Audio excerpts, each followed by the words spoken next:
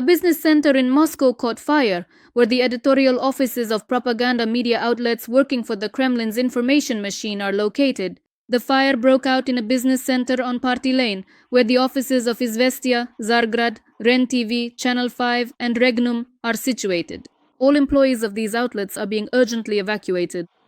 Recently, Moscow and the Moscow region were also hit by a powerful snowstorm. According to meteorologists, the region has already broken the record for the amount of precipitation in the last 50 years. The severe weather caused a transportation collapse, with traffic jams stretching for many kilometers, and the average speed in the capital did not exceed 22 kilometers per hour, according to the Moscow Department of Transport. Residents of the Moscow region also had to wait in line for buses right out in the snow. Those who couldn't stand it any longer set off for home on foot, trudging along the highways through snowdrifts. In addition, Russia is already experiencing a systemic utilities crisis. In the middle of winter, thousands of people are left without heat, water, or electricity.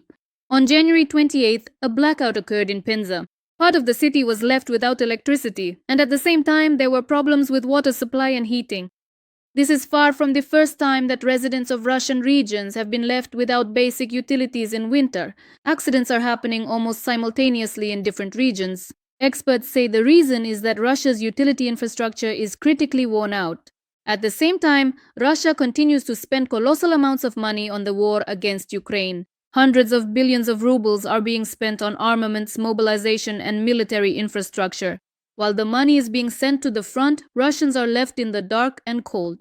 Russian cities are freezing, and utility accidents are becoming a way of life. In Russia, the utilities crisis continues amid severe frosts. In Chita, on the night of February 5th, tens of thousands of Russians were left without electricity and heating. The outside temperature is minus 32 degrees Celsius. According to local telegram channels, the mass blackout occurred due to an accident at the CHP plant during tests of a new turbo generator. According to local residents, the radiators began to cool down instantly. A state of emergency was declared in the city.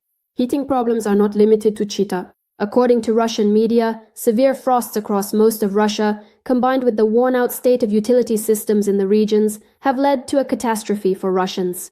It is noted that residents of the Sverdlovsk, Irkutsk, Kurgan, and Kaluga regions have been left without heating due to accidents in the heating networks. A state of emergency has already been in effect for almost a week in the city of Bodaibo, Irkutsk region. There, on January 30th, a major accident occurred on the water pipeline, which led to the shutdown of water supply and heating at a temperature of minus 44 degrees Celsius. Due to the low temperatures, the operation of 4 boiler houses was halted. In residential building entrances, air temperatures of minus 22 degrees were recorded, and in apartments, minus 2 degrees.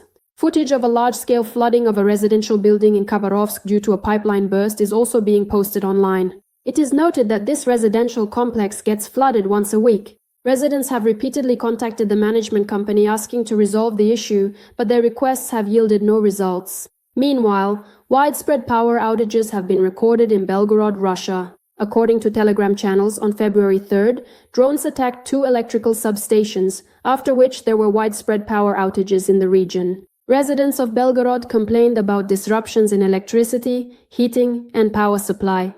Let us recall that against the backdrop of 20-degree frosts, the aggressor country Russia carried out a series of strikes on Ukraine's energy infrastructure, leaving thousands of homes in the capital and other Ukrainian cities without heat or electricity.